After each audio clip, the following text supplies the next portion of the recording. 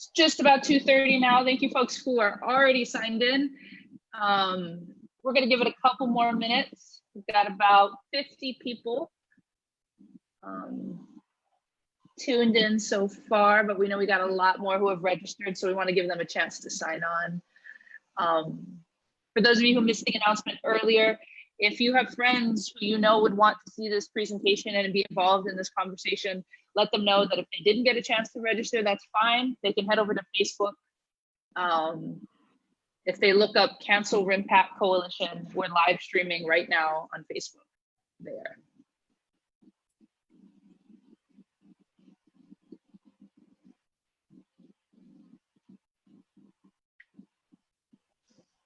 Okay.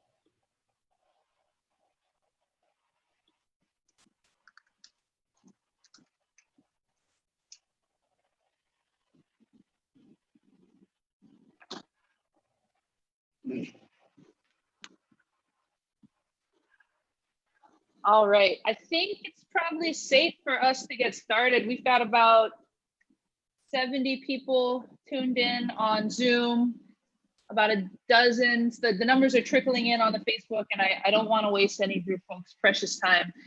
Dad and I are in John, come on, John, can you turn on your camera just so I know you're here before we get started? Otherwise, I have to go find, there he is, perfect. Okay, brilliant.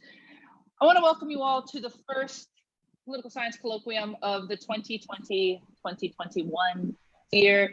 We do this, of course, under unprecedented circumstances, although it seems silly to say this at this point since it's been 6 months of unprecedented, I can't say the word again, of these circumstances. But we're really excited to be with you folks here today. Before I get into announcing our speakers and giving a bit of a background, I want to let you guys know that there's some exciting stuff on the horizon. Our next colloquium is already scheduled for October 23rd at 2:30 p.m. with the brilliant Vince Diaz. If you folks want to get ahead of the game and register early and join us on Zoom, you can do so by following the link on this page or checking out the chat. I just included the links for that event. That event will be more of a participatory workshop, which means that we're hoping that you will read the workshop materials beforehand. So you see those links there in the chat. So please join us for that. This event came together with the support of a lot of different people, and there were a lot of moving parts. So I want to send out some mahalos to a few really critical folks. The first is to the Political Science Colloquium Committee, which is primarily made up of graduate students. And they worked really hard to support in making this event happen. In particular, Ranzia, one of our new PhD students, made this beautiful flyer and made the beautiful flyer for our next event. So I want to mahalo them. I also want to mahalo our co-sponsors, ʻāina Pilipili, the Women's Studies Department, Ethnic Studies, and Koa Futures, formerly known as Cancel RIMPAC Coalition, who are currently live streaming our event on Facebook. About a month ago, I got an email from Kyle Kajahiro. Probably most of you folks on this call also got the same email, notifying a large number of us about the upcoming EIS scoping process for the Army to renew their expiring lease at Pōhakuloa. And it became really evident to me that I was incredibly underinformed on this critical issue. But that meant to me that there were probably a lot of other people who would care very deeply about this issue, but also felt underinformed. So since we have, you know, a diverse audience we can reach out to, we thought the best thing to do was to put together an event where everyone could learn a little bit more about this issue, about this process, so that we can all be involved. One of the things you'll learn today is that the public comment period for the EIS process closes on October 14th, which means we've got 2 weeks to get us all more informed and to get us to submit our comments. And we'll talk a bit more about how you can do that at the end of our presentation today. But we have a very diverse audience tuning in. So for those of you who may not know, Pōhakuloa remains one of the most environmentally, culturally, and politically significant sites in our ʻāina. Following World War II, the area was swept into the US military's training arsenal until it eventually entered into a 65-year lease agreement with the state of Hawaiʻi. The recent Hawaii Supreme Court decision affirming that the state of Hawaiʻi breached its trust duties in regards to the Pōhakuloa Training Area lease, which of course, David Frankel, Auntie Maxine, and Uncle Pooh were all involved in. This brings together a part of what makes this issue so important, and the fact that the lease is set to expire in 2029. So with that said, today, our event was coordinated with the hopes that we might be able to spread more awareness amongst our people about this critical issue so that more of us can get involved in a meaningful way, and to provide critical information so that our comments and testimony can be more effective. We've got two great speakers that are going to be in conversation. I will be watching question and answer function on Zoom. If you have any questions at any point, feel free to send them in, and I'll try to make sure we're ready for them when the question and answer portion of today's talk starts, which will be at around 3:30. But without further ado, let me introduce our speakers. We have David Kimo Frankel, who was one of the attorneys in the Ching versus Case case, in which the courts held that the Department of Land and Natural Resources breached its trust duty, Malama ʻāina, the state lands lease to the Army at Pōhakuloa. He is currently representing the Sierra Club, challenging the Navy's antiquated and leaky underground storage tanks at Red Hill. And we have Dr. Jonathan Kamakuwiwo'ole Osorio. He is Dean of the Hoʻinuiʻakea School of Hawaiian Knowledge. He received his PhD in history from the University of Hawaii at Manoa, and has developed and taught classes in history, literature, law, as culture, music, as historical texts, and research methodologies for and from Indigenous peoples.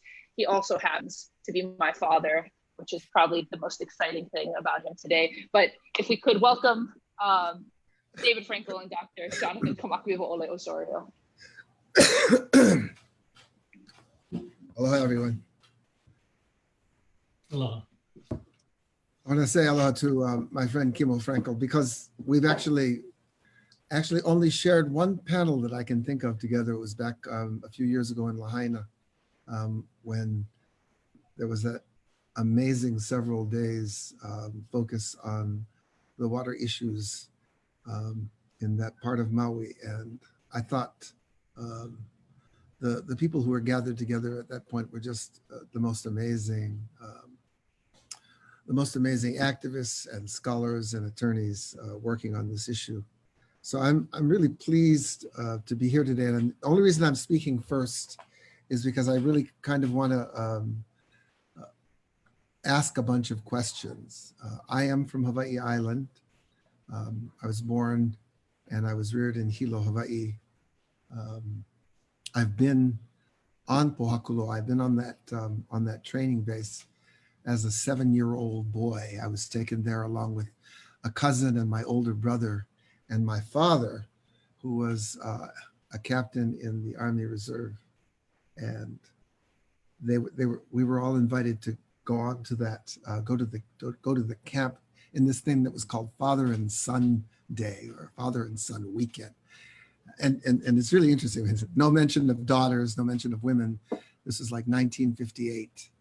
And we had to sleep in a Quonset hut, freeze, eat in the mess hall, fire a 45 caliber pistol, 7-year-old firing a pistol, and riding in a tank on the ʻāina. And that sort of thing doesn't ever really leave you. The noise, the disturbance, it kind of stays with you for a very long time.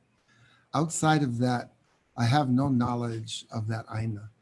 So I'm really happy that Maxine is here today, because at some point I think we should be turning to her and asking for some of the stories and mo'olelo that come from that place. My purpose here is really to try and guide some of the conversation for Kimo, who has actually represented on this case with Auntie Max and Uncle Ku. And what we are trying to do is to get out information to all of you who are here about the history of this acquisition by the United States, about the environmental issues involved, and what we are currently going through in terms of the lease negotiation and renewal. And they have, between, certainly Kimo has a good deal of information to share. So I'm basically saying everything I know right at the outset, and going to be leaving the rest to Kimo. To begin with, I would like to, just raise the question of how the United States government gets its hands on this ʻāina,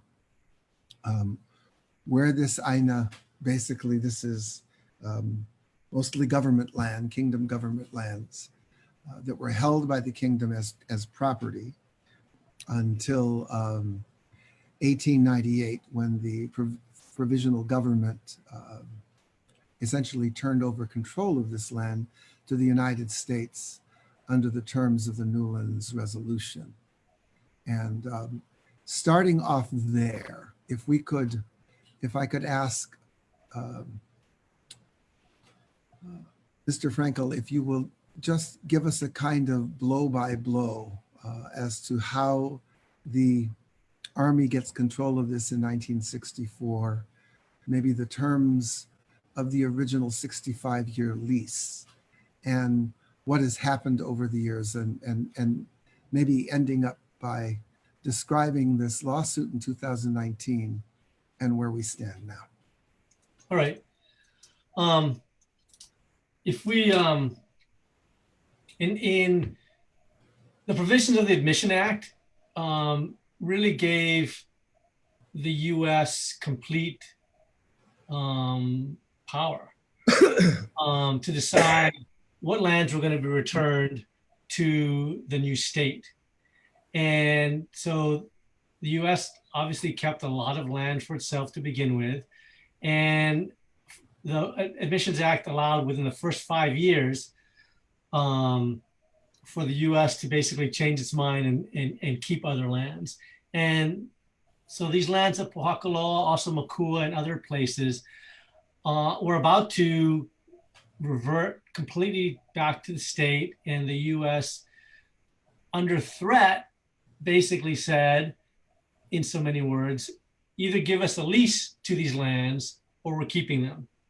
And so the new state had no leverage whatsoever and agreed to a very one-sided lease. For example, the lease is for $1, not $1 a year, but $1 for the entire time period. Another provision is if there's any dispute about the terms of the lease, that dispute is to be resolved by the Army Corps of Engineers. And there's very few provisions of this lease that are protective of the state's interest. But there are a couple. One requiring that the Army clean up its ammunition after each training exercise. Another that it engage in reasonable efforts to clean up trash that's on public lands. And I guess the last one is that the lease would expire in 2029, August 16th, 2029.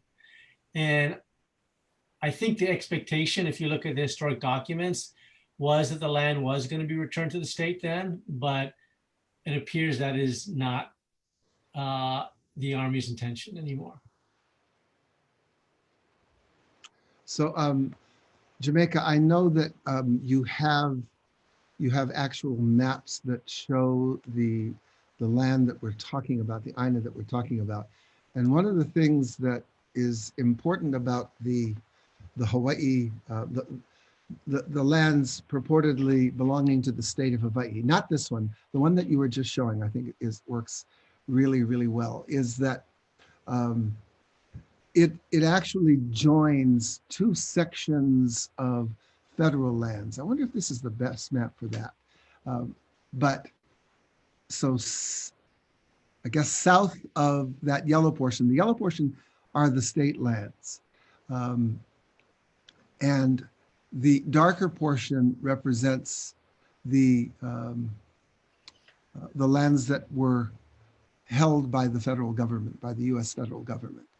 And what this yellow bridge does is it sort of mashes the two lands together so that there's contiguous control that basically, you know, armored vehicles, troops can move all the way across the so-called federal lands while they have this lease.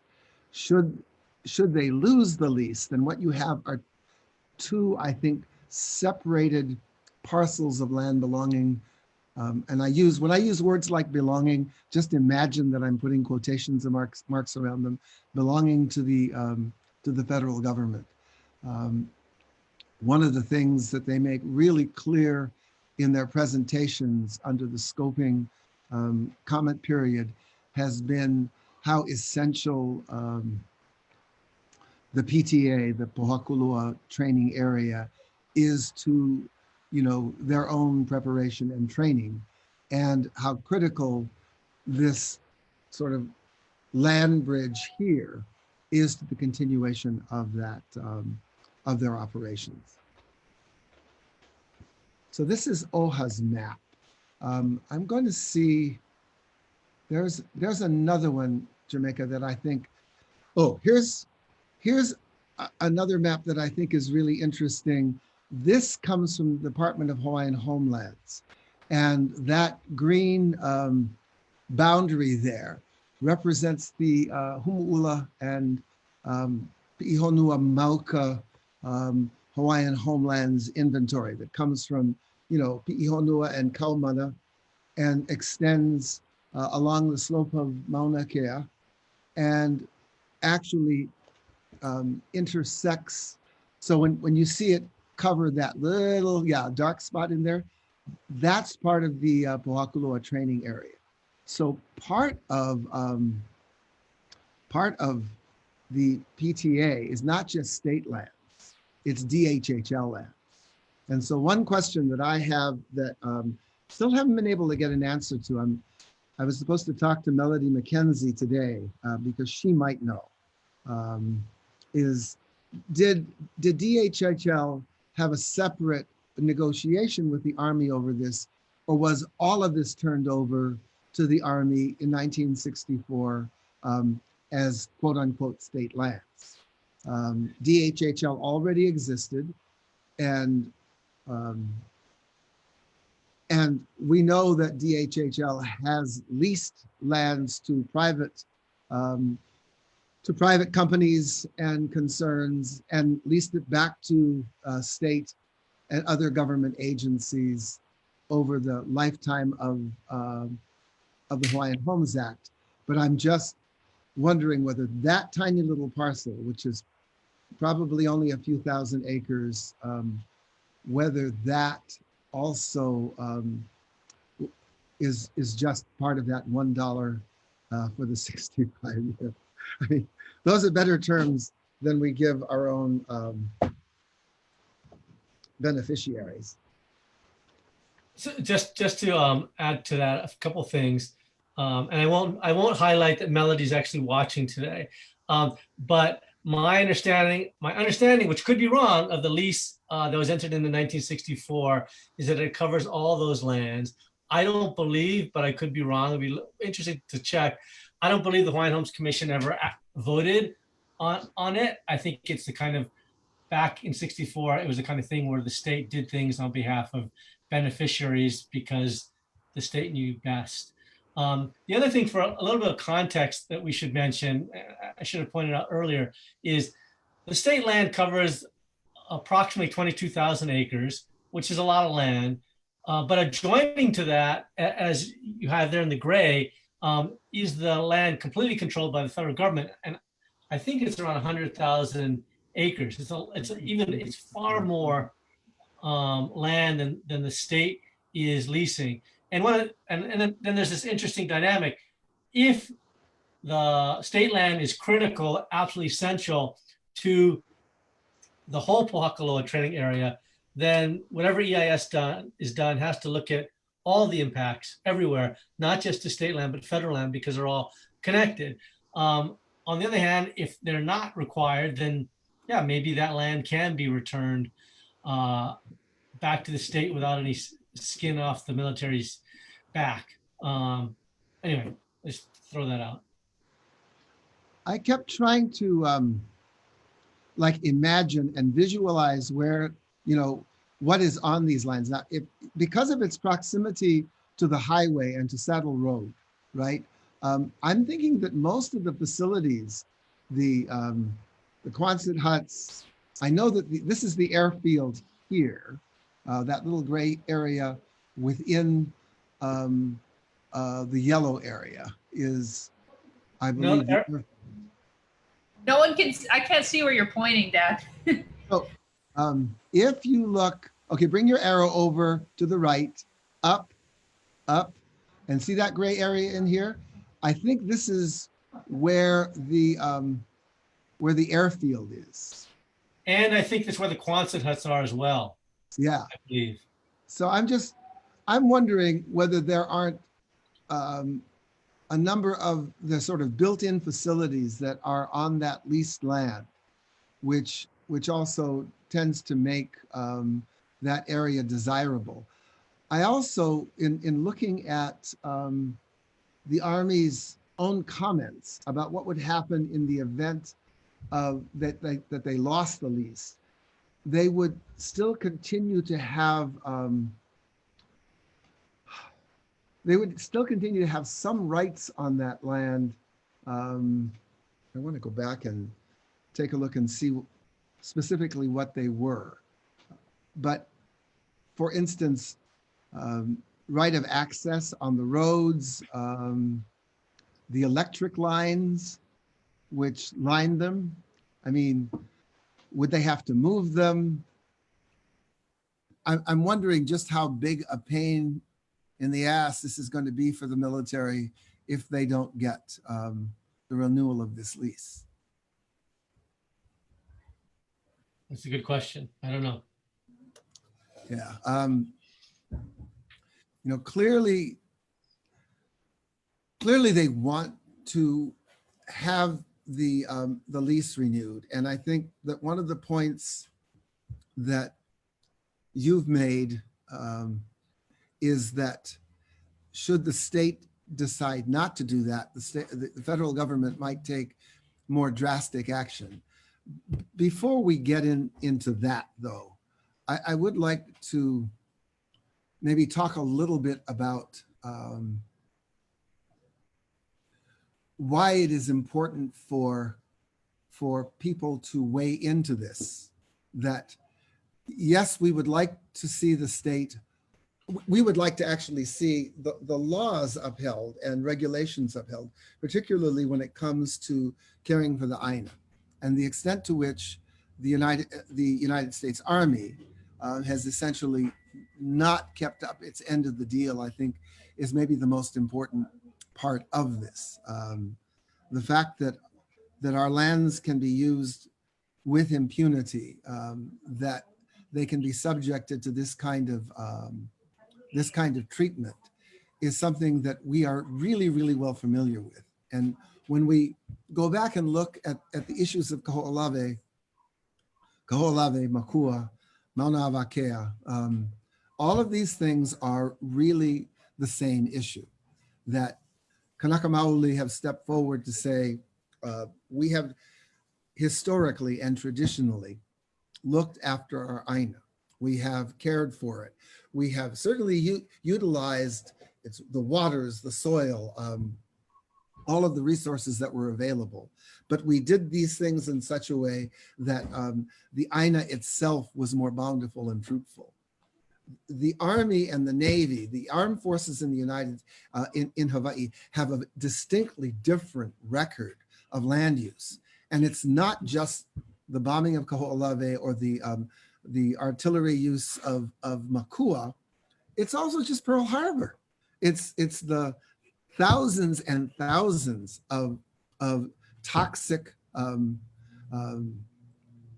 accidents, uses of the harbor that have turned it from being one of the most prolific and productive fish ponds into what it is today. So when we're basically talking about these issues, we tend to focus on the environmental because they speak immediately to the vast difference between our cultural practices and the American militaries.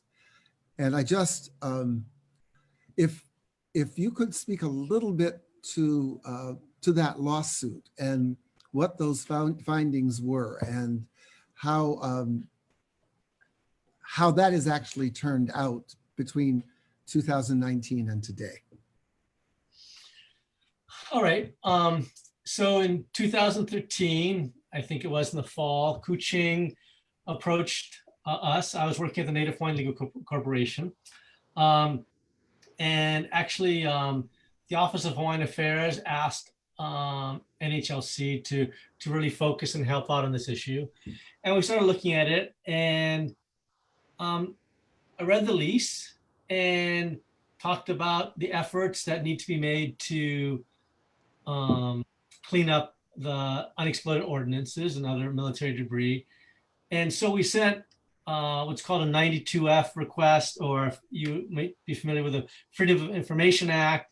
So you can get government records. And so we asked from the Department of Land and Natural Resources all the records that show, number one, what the efforts that the United States has made to comply with the terms of the lease. And number two, all the efforts that DLNR has taken to ensure that the terms of the lease are being complied with. So we sent this request off in January of 2014, and we got a response, I don't know, maybe 3 weeks later from DLNR saying, well, there are no such records, either one. I guess we haven't really hammered the point home, but these lands are ceded lands. They are imbued with a trust duty that the state has to fulfill in managing them. And so we sued. We said, listen, you have a trust duty. You haven't done anything to ensure that the Army's complying with the terms of the lease, and that's a breach of your trust duty. We thought initially that we had sufficient evidence to just go on the motion, go on the fact that they said they didn't have anything. But the judge said no, he wanted a more factual developed record. And that was at the we received that as a blow at that point, but it actually worked out in the longer run because we were able to get a lot of evidence that we didn't have beforehand, in part because the Department of Land and Natural Resources was being pretty obstreperous, not admitting to basic facts, even though they already admitted to one. They said, oh, we reviewed EISs, we've done a lot of things, therefore we fulfilled our trust duties. So we were able to get more documents in. The Army actually did a study in which it found a range of, well, there was a bazooka range, which was filled with artillery, unexploded ordnance, etc. There was a bunch of old cars that were being used for ammunition practice that had no longer been used, hadn't been used in years.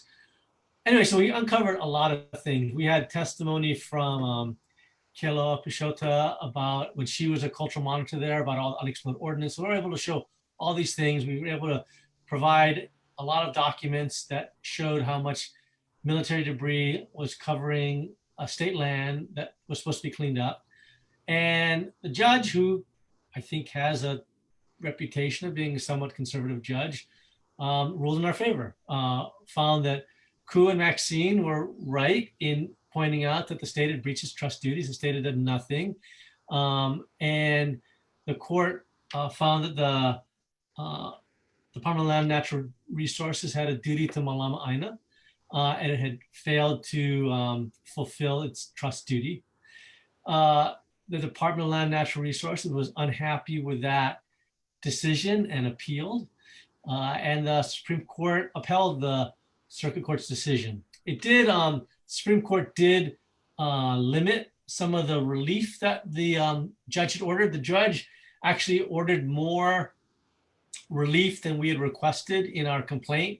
And so the Supreme Court cut it back, but Supreme Court held there was a trust duty and the duty had been breached. So that's sort of the context of that case. And once this happened, then this really basically opens the door to making this a part of the conversations as in this testimony, right? I mean, as the Army seeks to renew its lease, it has to go through this the scoping process. It has to take this input. Do the decisions of the court get added to this testimony? Does it become a part of the Army's record that there has been no monitoring? Is it required? Is there any kind of requirement that would make the Army include constant monitoring if it was to gain a renewal of the lease? I'm not sure I want to go that far in terms of even foreseeing the lease being extended, but clearly in the environmental impact statement, they're going to have to address the issue of how much debris covers state land and what the impact of the training activities are. The military has claimed consistently that they do monitor and they do clean up their mess, but we have reports that show that's not true.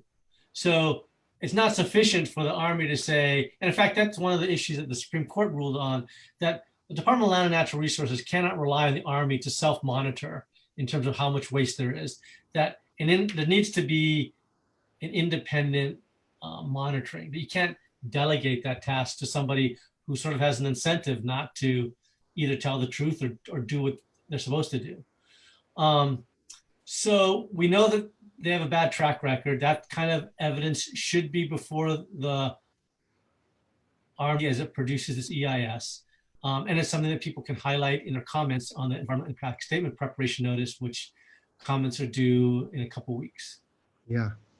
So the comments really should be, there has just been this massive failure to monitor and to care for this land for this 55, 56 years. And there's no reason to believe, right, that this would ever be fixed. I mean, even DLNR's reluctance to cooperate would suggest that they could hardly be a monitoring agent that you could rely on going into the future. I'm just, speculating here, but I'm thinking that if people want to write in and they're thinking about angles to use, that might be one of them. There was another question that I had about this. There is this focus on the environment, but part of the EIS also includes this sort of cultural analysis. And this is the part that's sort of, so, as I understand it, the cultural analysis has been contracted out. And, I know the person to whom it was contracted. I know that there's going to be an attempt made to create a narrative about what was special and important about Pōhakuloa. Now, part of the problem that they're going to run into and that we have seen basically in operation in Hawaii for a very, very long time is that archaeological records on Hawaiian cultural practices are remarkably bad in the state of Hawaii. And we have a history of this. People who have, people who have been around the issue of H3 we can talk about Rosendahl and Associates and a number of other contract archaeologists who basically came in and said, you got a bunch of, small little here and there, but this is by no means, a major temple complex. When I look at some of the records that have been archaeological studies that have been done on Pōhakuloa, and by the way, you can find these studies at the Office of Mauna Kea Management. OMKM doesn't just, they're not just keeping records of documents pertaining to Mauna Kea, but also of Pōhakuloa, and they have a whole series of them. But when you look at these archaeological studies, most of which were done in the 1980s by someone named David Cox and Rosendahl and others, they are almost uniform in saying there's nothing there. And as Hawaiians, we come to really, really mistrust those kinds of, immediate dismissals. It's like, I don't know what they're looking for, maybe a pyramid. And if you don't find a pyramid, right, then what kind of cultural practice could you have had? We know that there has been, that the area has had a number of, modern lava flows, 1700s, 1800s, that it has covered up areas that were utilized in different ways before. But even more than that, we know that there is a continual record of people moving across those ahupua'a, and some of the place names in that area are famous place names in sort of recent Hawaiian lore and narrative. So my question is, how do we get more of those mo'olelo, more of those stories collected and understood and studied, so that we can add to that cultural record, which will add to the EIS questions that could help us to prevent this this renewal of this lease.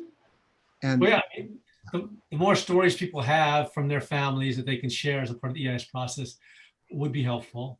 I know that Ku Ching hiked a number of trails that traverse across Pōhakuloa.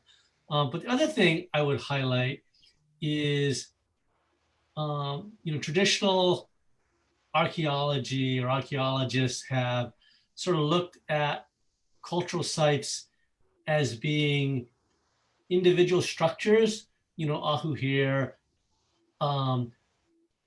something that's a few feet wide rather than a landscape, which is and can be a cultural site. All of Pōhakuloa can be considered a cultural site. And there's no reason for them to exclude that. That doesn't mean they don't look at individual features that are located within the training area, but they should also consider the whole area as a cultural site and discuss the impacts of their training activities within a cultural site. One of the one study that was done in 1991, I think, and it was done by a man by the name of Athens, I think. And there were three of them. They were archaeologists. They were looking at an area in the PTA, a series of lava tubes, and found extensive evidence of bird fossils, which they were not Kanaka. They were really trying to construct what might have happened, because I mean it was a fairly sizable site and a lot of bird fossils. They were considering that there was a particular bird that was a great delicacy of chiefs, that this might have been a place where those birds were gotten. Also bird feathers for chiefly garments. But they noticed that when they were looking at these fossils and looking at sort of the historical record, they placed it at around 1400 AD, which I find really, really interesting, because at a similar time, you have the beginning of that huge Mauka field system that Peter Vatusik and Kekuawakiki Loi have been studying for years and years up on the slopes of Kohala. That dryland agricultural system, 25 square miles of dryland agriculture that had to have involved the labor of thousands and thousands of people. And it really had to be, and it was situated in such a way that you would think they were obviously feeding thousands and maybe tens of thousands of people in the area. What we don't know about this about Pōhakuloa and about Kohala, because it was because the land was so transformed, either by lava flows or by military use or by stripping the forests for cattle and by cattle themselves. Still, the attempts that we make, both through archaeology and through stories from people about these places, can lead us to a very, very different understanding of what that part of the land, that part of the island was like. It was not desolate. It was not unusable. And if there's one thing that we know about our people, is that we found uses for very much every part of the land that we encountered here in Hawaii. I have a bit of a question based on where this conversation is headed. Because a lot of this information, a lot of these mo'olelo, of course, like David said, and you said, Dad, would be mo'olelo that some people would have in their ohana. Like a lot of this cultural information is perhaps not documented in the way that the Army or the state would take seriously. So I'm wondering, in this kind of process where we are engaged in a particular kind of conversation through the EIS scoping period, through the ability to submit testimony and comment, is that the best place and way to share this information? Are there other strategies we can use to document this kind of information as well that you would suggest, David? That would be maybe, we want to make the information as effective as possible, and we know it's important, but what are the things we can do to document it in an effective way, I guess?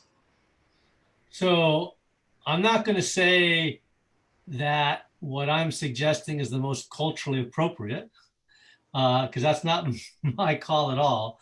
But from someone operating in a very Western legalistic process, people providing that kind of information in this EIS process can be invaluable. It's very useful, not just in terms of what's going to happen in the next few years, but in terms of the long term, because it once it's written down in a government document like this, it becomes accessible to others. And you know, you could say, and it becomes accessible to others to misuse, and I acknowledge that that's a possibility. So, nevertheless, if it's not recorded, if it's lost, it becomes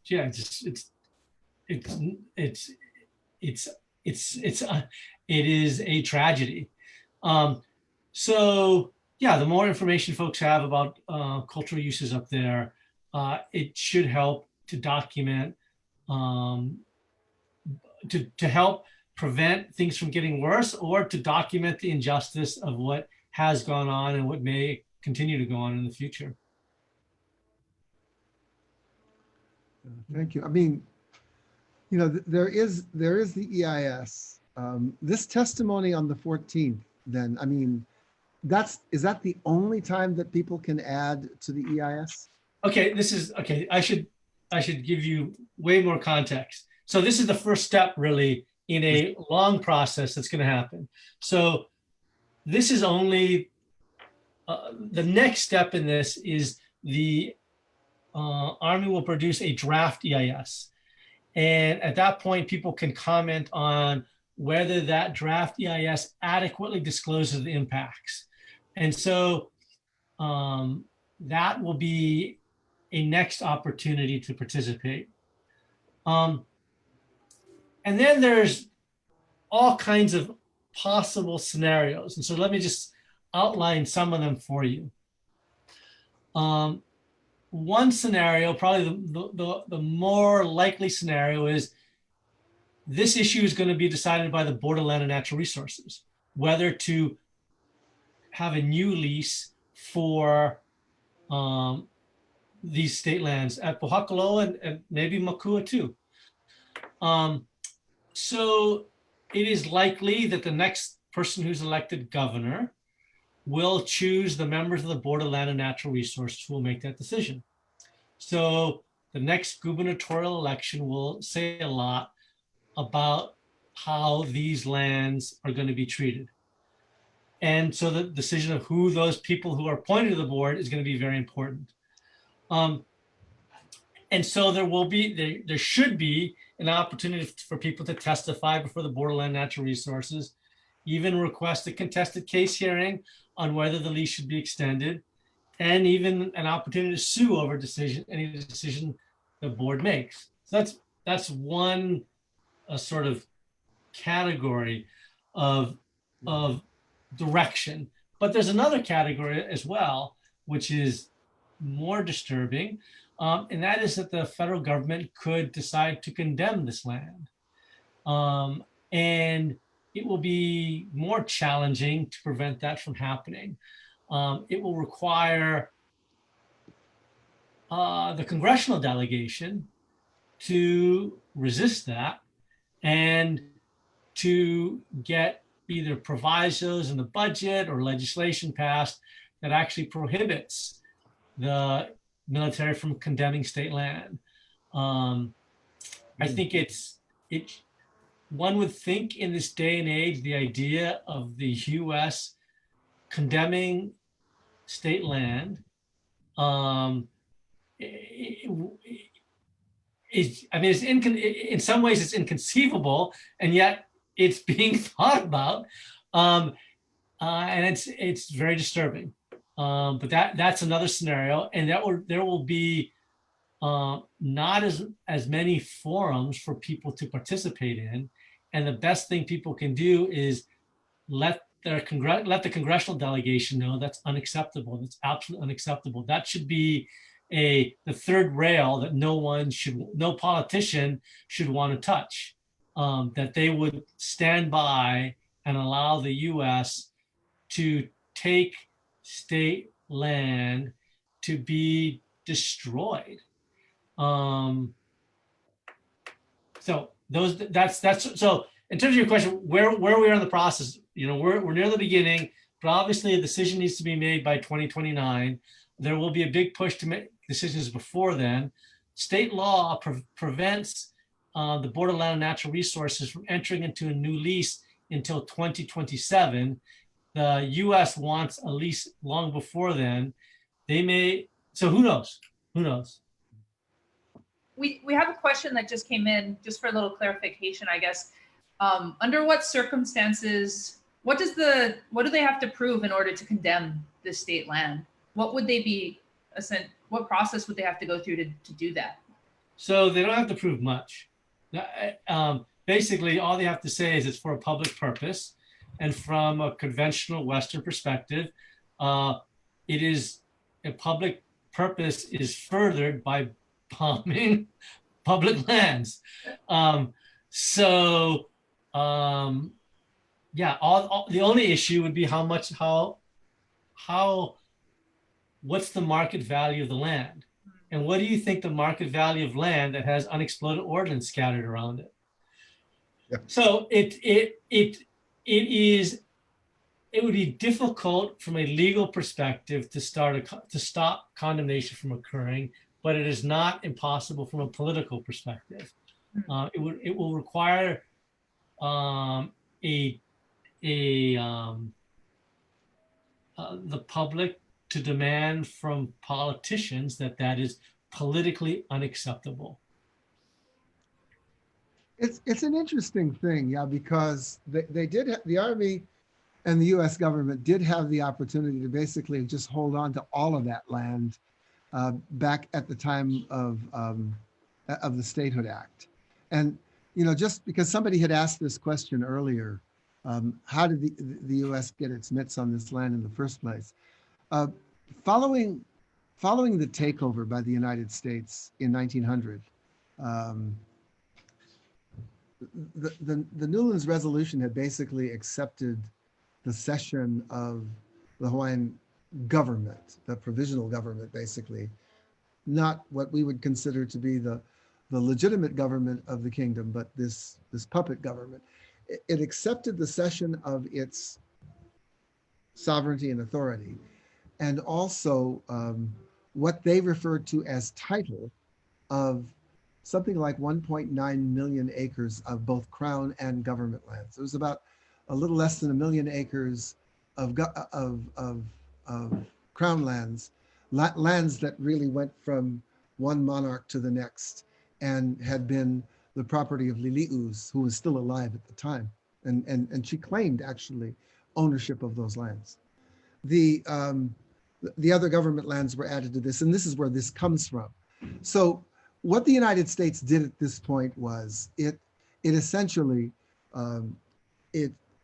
over the next 10 years, actually almost into the 1920s, there were a series of executive orders that simply designated certain lands, almost all of them for military bases. So, Wheeler and Schofield and later, the air base next to Pearl Harbor, Hickam, they're all basically formed by executive orders. The most famous executive order of all is 1954, to us at least, when Eisenhower takes Kaho'olawe basically from it's basically being administered by the territory of Hawaii, and takes the whole island, and puts it under the Department of the Navy. This is how they did it. And so the question is, they could have done this in 1964, right? Or they could have done it certainly at the time of the Organic Act in 1959. In that 5-year period, they could simply have said, all of this land. Why didn't they? What was it about that particular parcel that they didn't want any part of? Or anybody know? I raised the question. I'm just curious, and I think that it might have something to do with the fact that part of it intersected DHHL. Maybe they didn't care that much. But I think the point you made earlier was it's really easy for them. It didn't cost them anything but $1 for 65 years. It put those lands, ultimately, it made the land still the state's responsibility. And any kind of mismanagement over the years would be the state's problem. But the federal government doesn't seem to worry when it mismanages lands, do they? So it's hard to know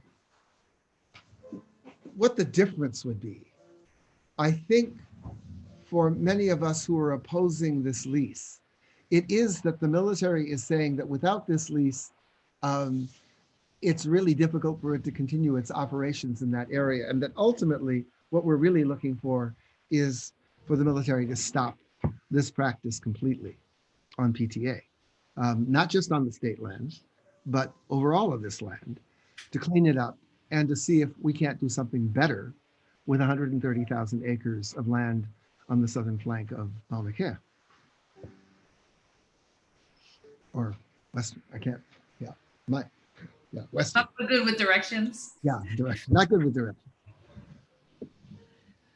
I'm wondering if this might be a good time. We're about almost 3:30, and I know for sure that Auntie Maxine is on the call, and I can bring her over onto our presenter side, and we're pretty sure Uncle Ku is on the call, but I think he's under an alias. So if you're here and you can identify yourself, Uncle Ku, by raising your hand, I can bring you over as well. Let me try to bring Auntie Max over, and I'm doing this for a lot of reasons, but for me, when we were on the Mauna this time last year, Auntie Max was one of a handful of people who was constantly reminding us of our proximity to Pōhakuloa. And in many ways, if you're paying attention, you don't really need to be reminded, because you can literally feel them doing their live action practice, whatever you want to call it. But I've always just had a lot of aloha for Auntie Max, and I know she's been fighting for this ʻāina for a long time, and want to give her an opportunity to share with our audience right now about, what makes this issue, this ʻāina Pōhakuloa, so critical in this moment.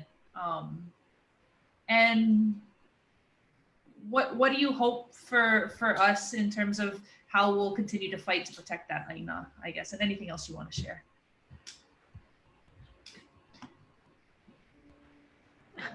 I don't know what happened.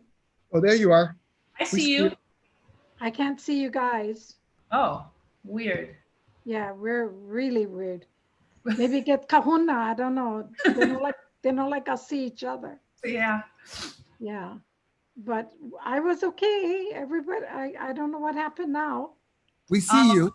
But we see you. And we hear you. Okay, that's the important thing. Yes.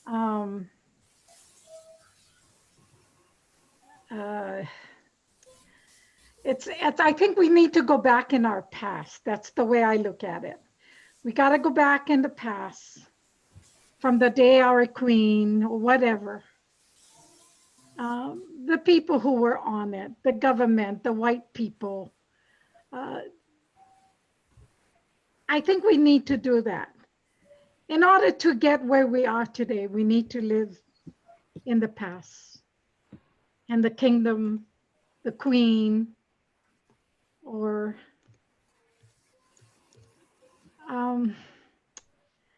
it's just heartbreaking for me to talk, because all this comes from when I went up.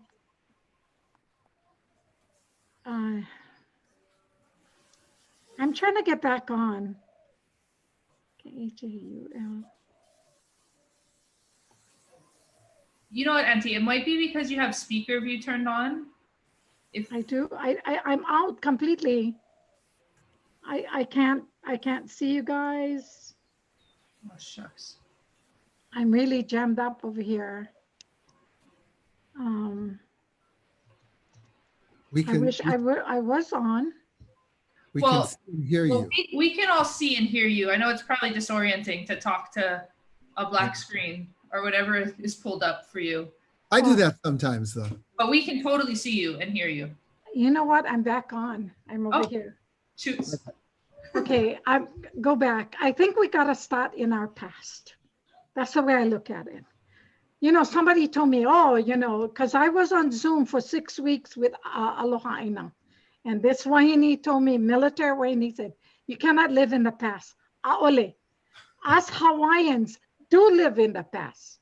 Because if it wasn't for our past, we won't be here today. There would be no Hawaiians on the Hawaiian land. Mhm. What my thing is all this is all westernized bullshit. Let's put it that way, okay? Occupation of the land by the white people.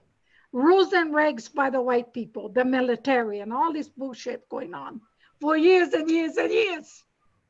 138 years of oppression. Enough already. Enough is enough. What's going to happen is that we have to unite, come back. All of us, just like what we did on Kohe Malamalama o Kainaloa. We trained for 8 weeks at Halona, and that's gone.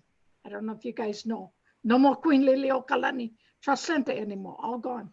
8 weeks of training to go on the island of Kohe Malamalama o Kanaloa. We did it because of whom? George Helm.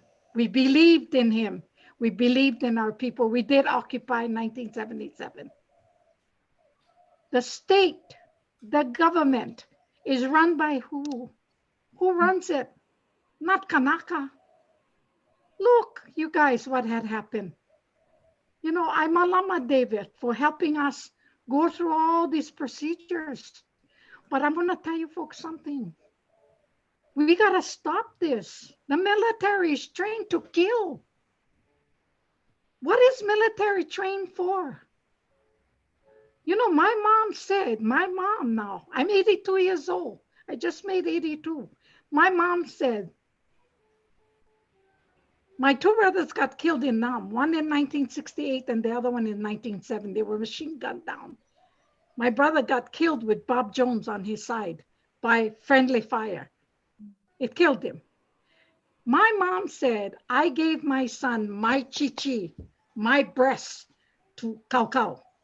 He took her milk. The military put one gun in my brother's hands. And my sister them couldn't see it. And I told them, Mama gave brother breast milk, chichi. And now my military, my brother, they give him one gun. For what? My mom fed him. The military killed him. Is that what we want? 50,000 of our people, our boys got killed in Nam alone. Okay. Now go back to Paha. Our land is over 100,000 acres they got. And you know, our congressional people gave plenty money. Inouye gave all that money to buy 23,000 acres from the state and Paka Ranch. Kahuku, Makoni Road. Inouye gave $10,000, maybe more, to Campbell Estate for military occupation.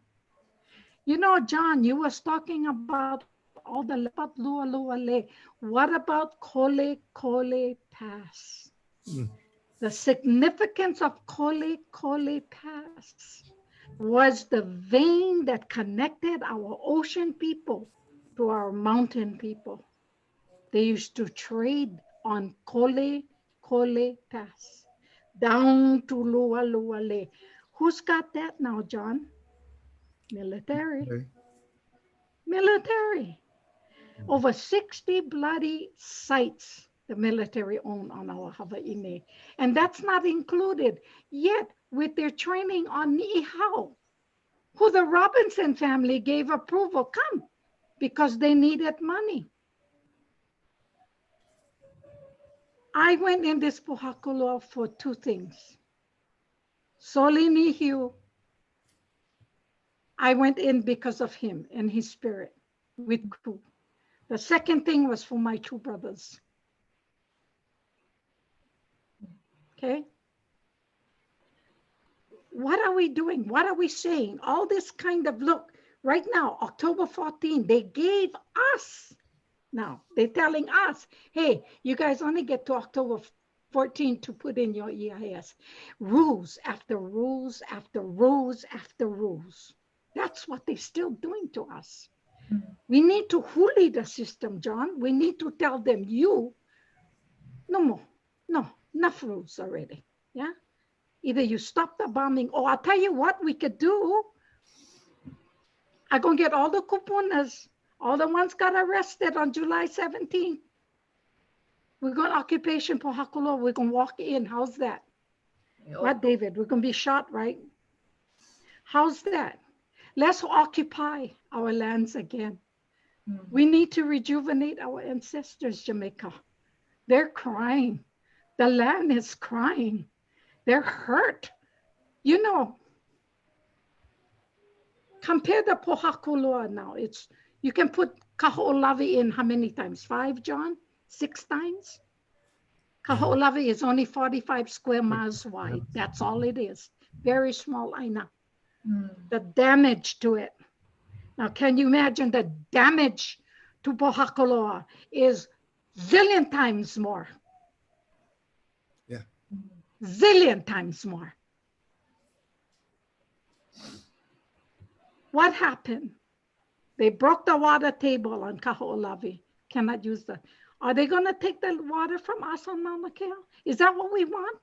What the hell are we in court? We're in a white man's court. We still gotta say, oh, okay, no can say nothing. Thank God they had let David and Summer wear the akuli leis that we gave them. Thank God for that. But are we not tired of their rules, their regulations, their time limit, and what they're doing to our ancestors? Are we not tired? We need to huli and use our own language, our own koko. Enough already. You know, Sparky, they fight. We fought in 1977, you know, John, and Kaho'olawe is still not cleaned up, and still not. So what do we do? How do we do it? We reunite, bring everybody back on. If 20,000 people can walk in Honolulu for the Mauna, then they need to walk with us inside Pōhakuloa. Because I tell you right now, I don't give a damn. If the kupunas like help me, I'll walk right in Pōhakuloa. I get shot, I get shot. That's how I'm sick and tired of our land being destroyed. We won in the white man's court. We won the Supreme Court. We won in Judge Chang's court. Thank you, David. He said, Malama ʻāina. Where in history did you guys ever hear one pake tell Malama ʻāina? Come on. Not one pake judge said that in history. No one judge. Right, John? Tell me where. One pake gotta tell us. Hey, Malama ʻāina, you guys. How funny that is. But you know why? Ke aloha, Uncle Ku and me. You should have seen us in court. Malama. Judge Chang listened to the voices of the people. And that was us. How damaging our land has become. So what are we going to do? You tell me what we're going to do. Put all the local boys in DLNR. I don't know, half of them in prison. I don't know what to do. Or we have to change the system, huli the system. I almost holla. Pretty soon we're going to holla, me and Uncle Ku. So our next generation, which is you, Jamaica, you need to carry that kukuhelepo for tutu. You need to do that. You need to get out there and kahea to all the young generations. Like I told you on Kaho'olawe what I did. One bullet, my hand full of bullets, one bullet, education, another bullet, hospital, another bullet, taking care of our kupunas, another bullet, feeding our children. That's the bullets I had in my hand. People don't know what we did on that island. but I know what I did. And when we were almost caught 100 feet away from us, they were bombing. They were bombing 100 feet away from 14 at us, and in the 14 had Liko Martin. And he can tell you, they were bombing, not puff bombs, bombs. You think we were scared? Bring them on, brother. Bring them on. We're still here today.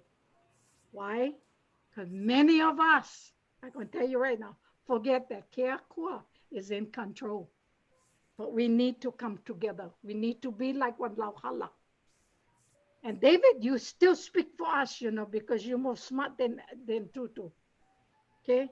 Because you trained that in one white man's school. John, Vala'au, keep on Vala'au, Jamaica, carry that torch. Kukuya Lepo, light the way for our young ones. Always remember that. And if Ku can come on, he can tell you the he'aus inside there, like Umi Ilaloa. Many of them are in there. But let me tell you something before I pow. If this doesn't conclude, I will occupy Pōhakuloa. I will. I don't care if I get shot. Shoot me. Go ahead. I don't care. So I gather all my kupunas. Let's go. Let's walk inside there. If that's the only way we can do, let's occupy what we did on Kaho'olawe. We occupied that island. Mahalo to everybody. Please. Aloha, Maxine. Thank you. Thank you. Mahalo nui. Mahalo piha. Hello to you. Thank you so much, Auntie Maxine. We do have a little more time, and Uncle Ku didn't identify himself, but I really would love for him to share. If he could identify himself, I could pull him over. Auntie Maxine reminds us of something really critical, that this situation, we've brought everyone together today to talk about how to be effective in this particular process, right? How can we be most effective within the rules and regulations that have been laid out before us? But in many ways, it is critical that in this issue that we approach this like we do voting, right? Yes, and go to the ballots and vote, and we need to organize, and we need to show up, and we need to follow the leadership of these brilliant kupuna who are ready to break down the gates at Pōhakuloa.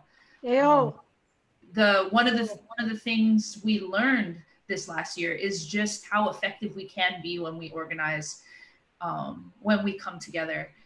And if we're willing to do that for Mauna Kea, if we're willing to set aside our jobs, step away from parts of our family kuleana, if we're willing to do all that for a Mauna we love, we also need to do that for all the other ʻāina that our kupuna love, and especially the ʻāina that are under direct threat. So it's my hope, you know, we have time for more questions, and I want to leave time for our speakers to add anything else that they want to add. But I want to make sure before we end today that it's understood that the ultimate goal of this colloquium, right, was to get us more informed so that we could participate in this particular process. But it's very clear that we also need to be prepared to be doing something much, much larger. And that our kupuna, especially the kupuna that I have followed and learned the mo'olelo of, have always done that organizational offense work, right? We can't just be playing defense in these critical moments. And Auntie Maxine is completely right. We need to huli this system. And Pōhakuloa in particular is a really, really great opportunity for us to do this because, one, we need to protect this ʻāina. We need to stand with our kupuna who are ready to take on great risk in the protection of this ʻāina, but also Pōhakuloa represents something so powerful also to the U.S. military. It is the largest training site in the Pacific. The ability, what they are able to train in this site empowers the U.S. military force in ways that is almost unimaginable.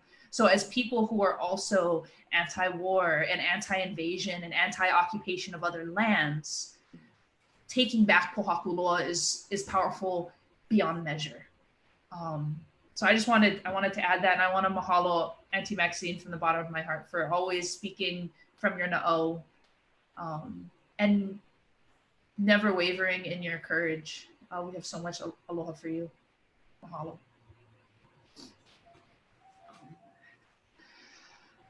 Ebe ole. So we are open for questions. I think Heleni Yeah. Sonoda was asking about. Oh, yes. I can share some of the action items as questions come in. So again, the PowerPoint doesn't have the most important action item, which is to organize and get ready to hui and to show up when anti-vaccine calls. But one of the action items we do have is you all can sign on in support of the letter that Anti-Max and Uncle Ku wrote.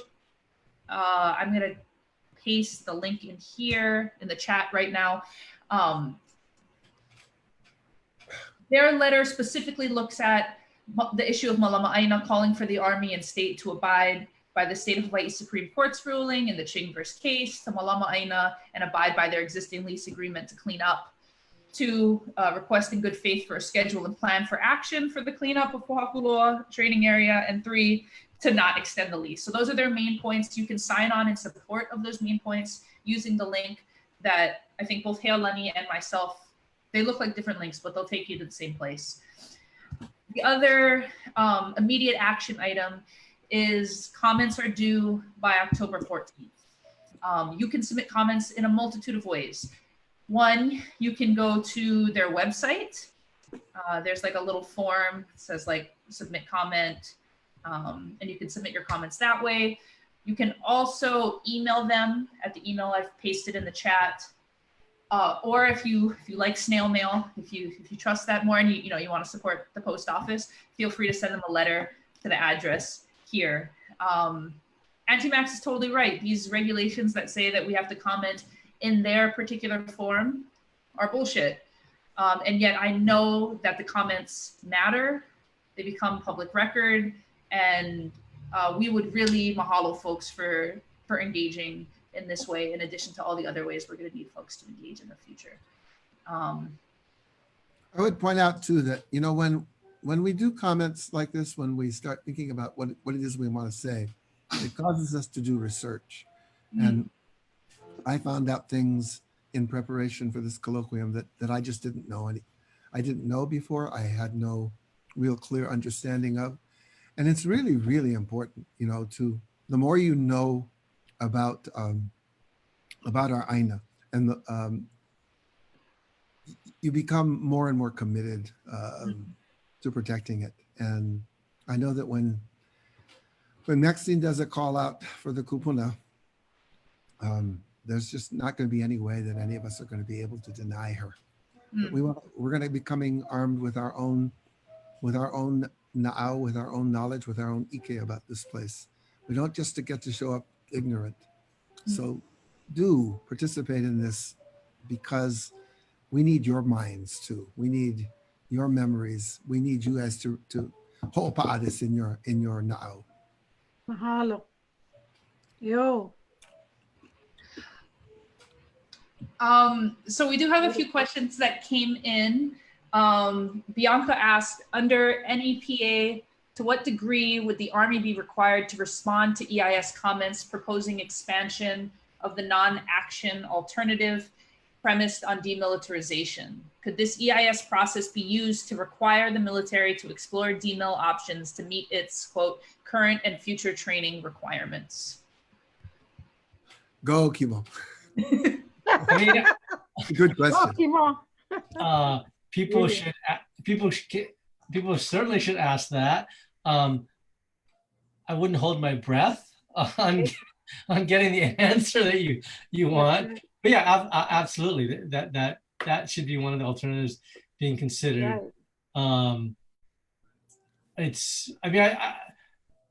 What we are talking about is a pretty systematic paradigm shift that seems fairly unrealistic today, but may be very realistic in 2, 3, 4 years. I mean, today's reality is not anything any of us would have imagined 4 or 5 years ago. So who knows what things would be like. So it's absolutely worth talking about that. Another question, and I don't know if we didn't talk about this in any of our prep, but another question that's come in is the voting opportunity we have in front of us. Because I know, David, you talked about, especially in the case of condemning the land, that this becomes something we really have to fight politically more than legally. And so we have a question asking if we have some specific ways we can support Pōhakuloa through voting, if we know of any particular candidates who we want to push through. That would. So yeah, I think we are not quite at the point yet where this issue has entered public consciousness. So I think it's important that people start talking about the issue. Yeah.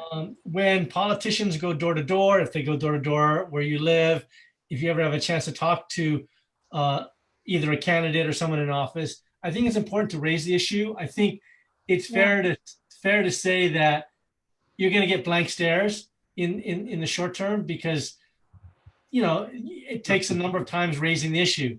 But I think it is time to start talking about it, and it may not be relevant to certain politicians today, but as they move to higher office, it's going to be increasingly relevant. So I think yes, we need to talk about it with our neighbors, with our friends, with our community, and increasingly with politicians, and hope that it does get to that level.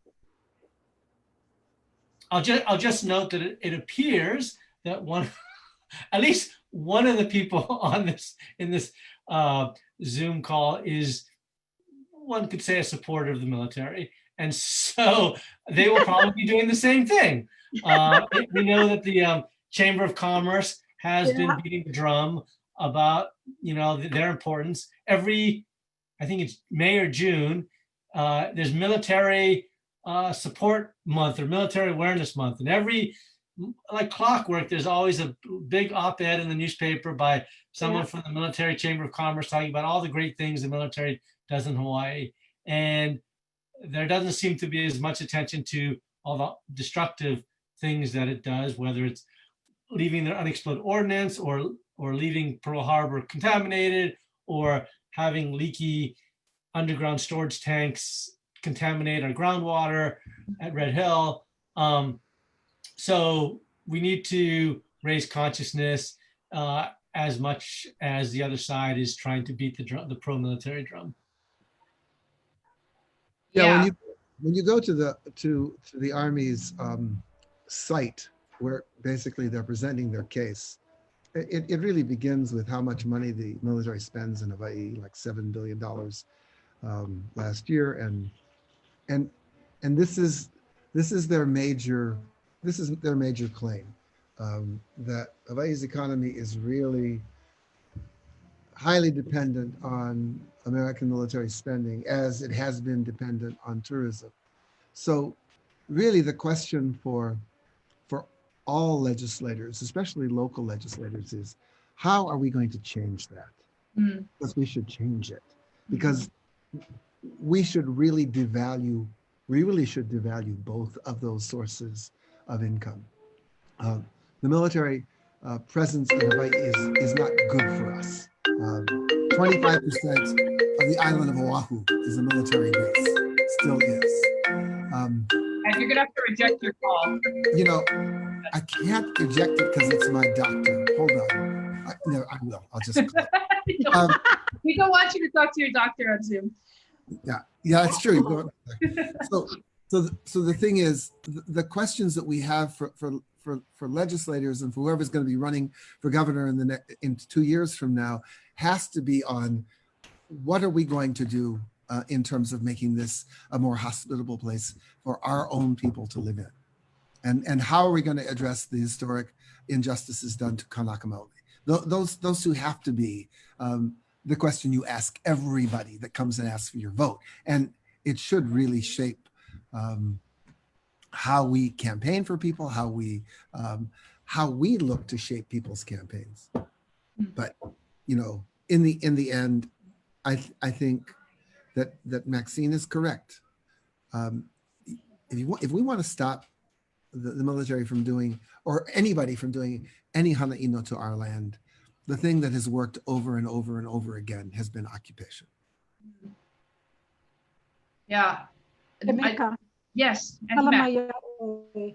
But I guess, you know, John, you know, what we've been going through with all these years is many of our own Hawaiians have turned against us. You know, like the saying is, they go in Kanaka, they come out Oreo cookie. Yeah. I mean, we have a special person now. He's going to be our congressman, right? He's going to go, Kai. What? Yeah. Okay. What we expect? Maisie. Ace. Nobody gave a damn for Hawaii. They only look for the money concept. They look for the tourism. I don't want to eat a tourist because they don't taste good.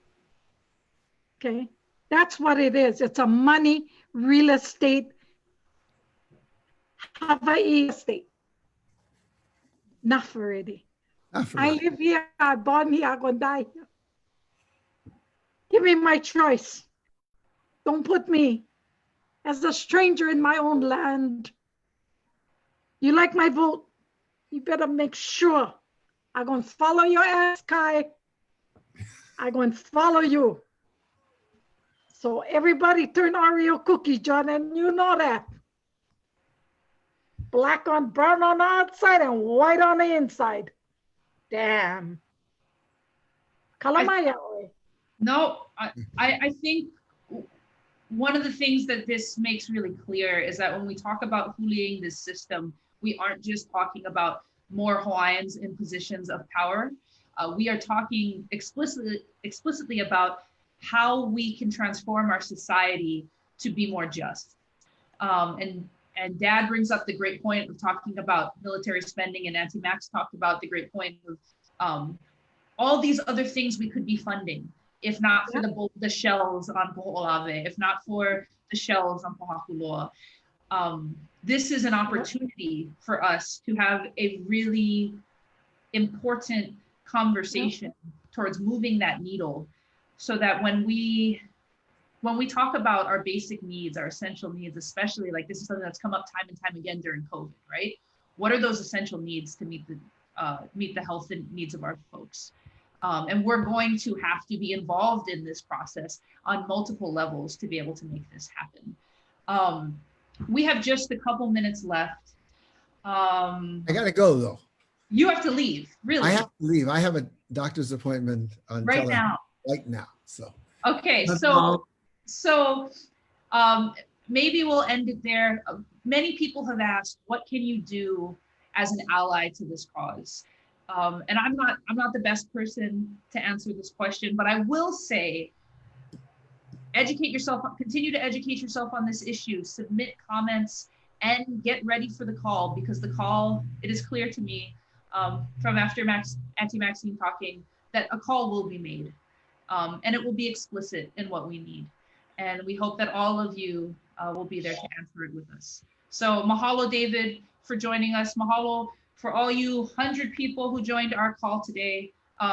David, do you have anything last you wanted to say before we signed off? No, I don't think, I think I've talked enough. Well, thank you so much, David. Thank you, Dave. Thank you, Auntie Max. We'll see you all next time. Jamaica. Thank you guys so much for joining us. Don't forget now, free Pōhakuloa. Free Pōhakuloa. Free Pōhakuloa.